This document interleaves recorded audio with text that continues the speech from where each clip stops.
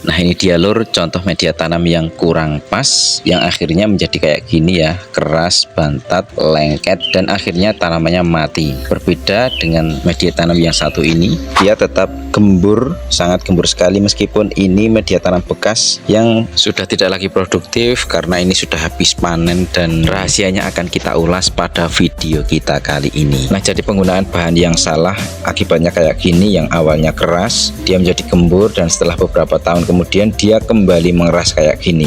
Oke ya, langsung saja cekicrot. Assalamualaikum warahmatullahi wabarakatuh, sahabat tani. Di depan kita ini ada dua macam media tanam bekas ya. Ini sama-sama media tanam bekas. Di sebelah kiri ini bekas cabai, dan di sebelah kanan ini bekas tanaman kelengkeng yang kemarin mati ya. Jadi ini tanaman kelengkengnya sudah 5 tahunan tetapi tidak terawat karena media tanam yang kurang baik yang akhirnya mati. Nah, kita akan bongkar, ini tadi sudah dibongkar sedikit, dan kenapa dia mati, penyebabnya apa.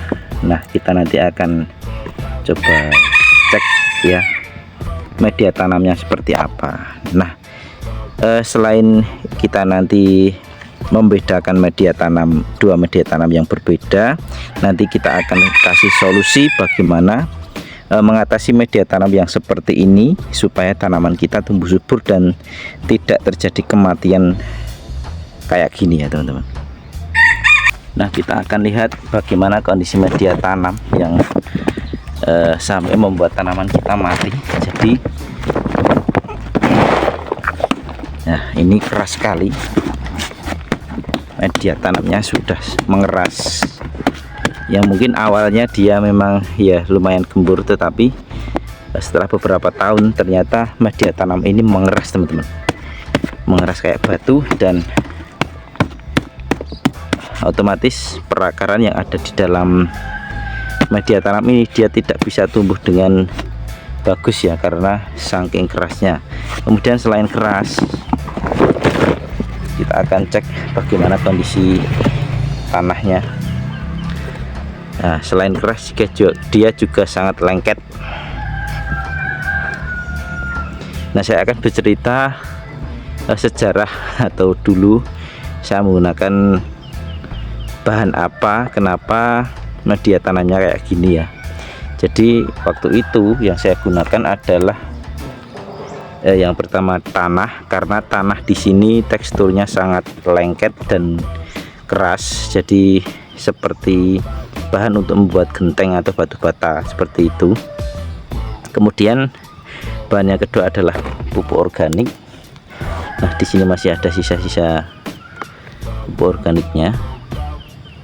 Kemudian bahan berikutnya adalah sekam. Nah, sekam yang saya gunakan waktu itu adalah sekam mentah teman-teman.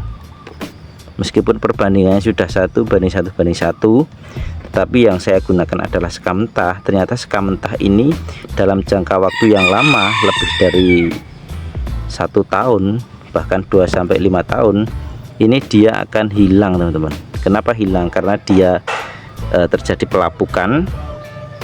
Kemudian setelah lapuk, maka media tanam yang semula gembur, lama-kelamaan dia akan semakin padat, dan hasilnya adalah seperti tanah mentah ya, seperti tanah yang belum pernah diolah. Tanah daerah sini memang sangat keras dan ya lempung kayak gini. Makanya harus ada inovasi bagaimana mengatasi tanah-tanah yang seperti ini.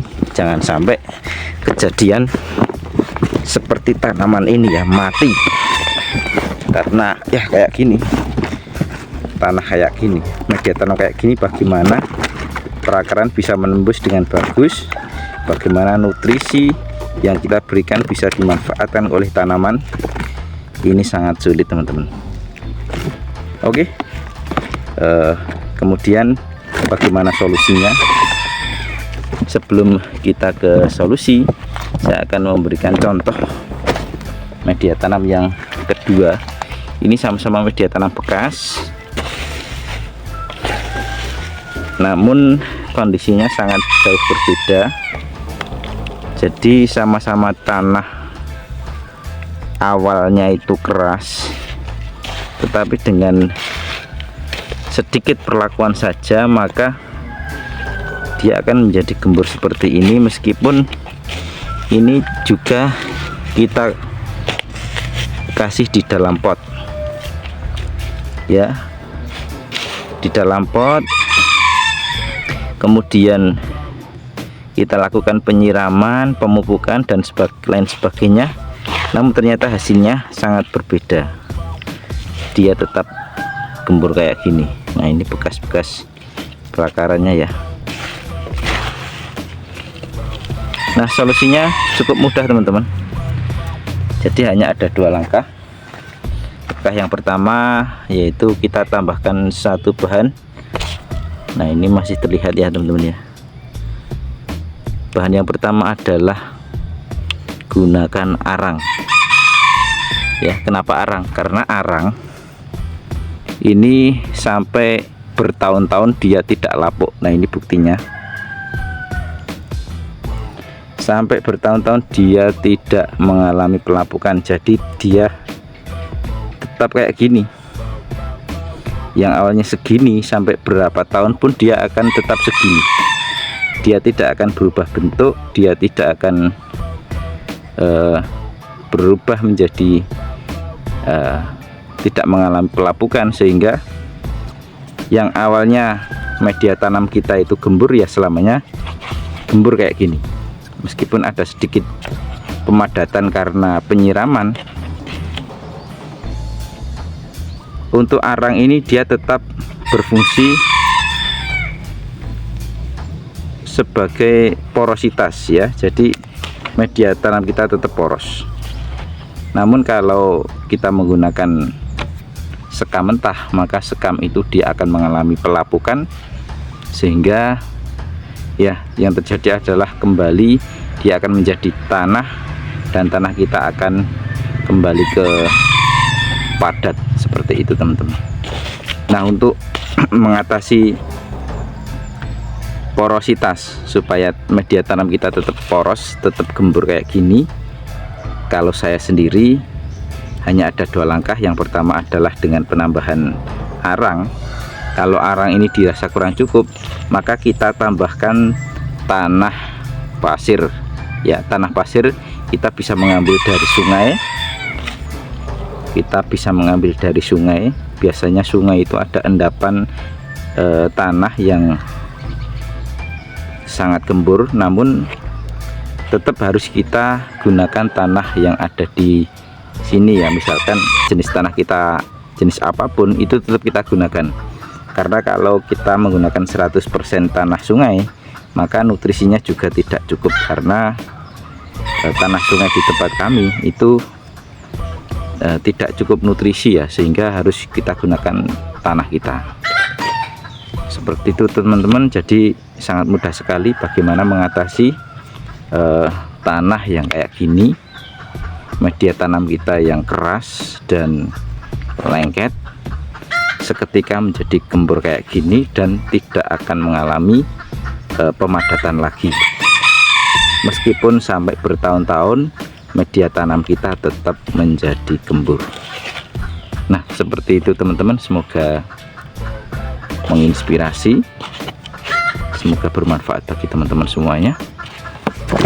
Dan sekali lagi ya, untuk media tanam di dalam pot planter bag, menurut saya wajib menggunakan arang, baik arang sekam, arang kayu, arang serbuk gergaji, intinya adalah arang ya.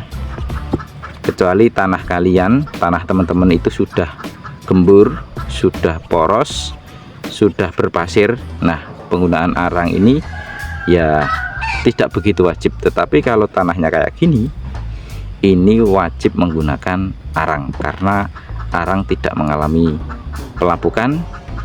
Arang tetap arang meskipun bertahun-tahun dia tercampur dengan tanah, maka arang tetap menjadi arang. Dia tidak akan berubah menjadi yang lain ya. Dia tidak akan lapuk, dia tidak akan terfermentasi.